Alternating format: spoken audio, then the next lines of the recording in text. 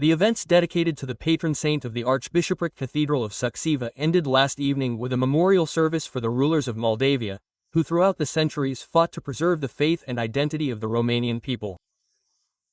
The funeral service of the voivodes organized by the Archdiocese of Sucevei and Radauti, with the support of the National Museum of Bukovina and the Sucevei County Council, took place in the Sea Fortress of Sucevei. The memorial service was officiated by His Eminence Damistian Dornanu, Vivard Bishop of the Archdiocese of Sucevei and Radauti. At the end of the liturgical moment, the hierarch urged us to remember our ancestors and their achievements more often, on which the existence of the Romanian people is based. Next, Father Razvan Campulunganu, diocesan counselor within the Pastoral Mission and Christian Current Affairs sector, spoke about the duty to keep the memory of the Romanian voivodes alive. The feast day of the Holy Great Martyr John the New invites us with its effective presence to this place of mystery, where the stone of history touches the breath of eternity and where the Church raises a prayer for the souls of those who worthily carried the sword and the cross and founded, with prayer and spear, with need and with grace, the Romanian nation and its Church, the voivodes. Today's prayer is not a symbolic act, it is not a commemoration, but a secret meeting with those who, although they have fallen asleep in the body, live in Christ.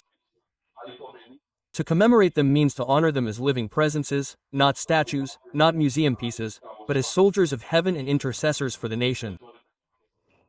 The Holy Apostle Paul tells the Romans, "There is no authority except from God."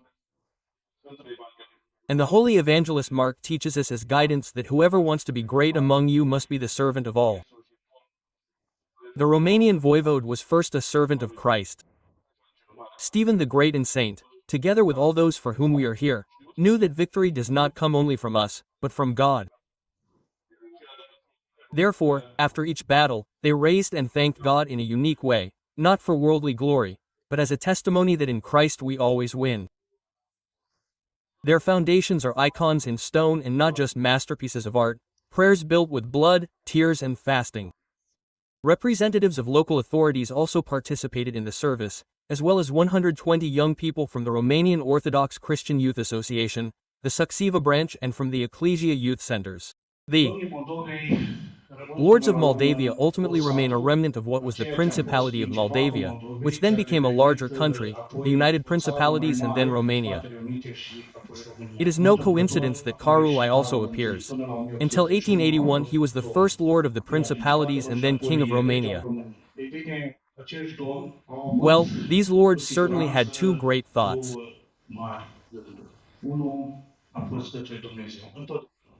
One was always towards God, and the chronicles bear witness, the churches bear witness, if you want the documents bear witness. The second thought was the estate.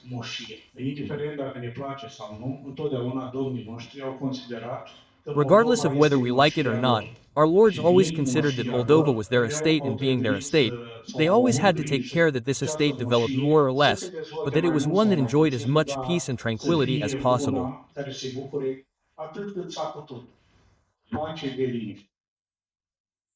For me, the holy voivodes and Saint John represent role models in life, both for their martyred lives and for the courage they showed throughout their lives. They represented models and symbols of Romanian Christianity, and we should follow their example even in our days. We experienced a moment of communion with our past, with our roots. The memorial service for the Holy Voivodes of Moldova is not only an act of remembrance, but also a gesture of gratitude towards those who built this country with faith, sword, and sacrifice. During the event, the folklore ensemble performed several patriotic songs.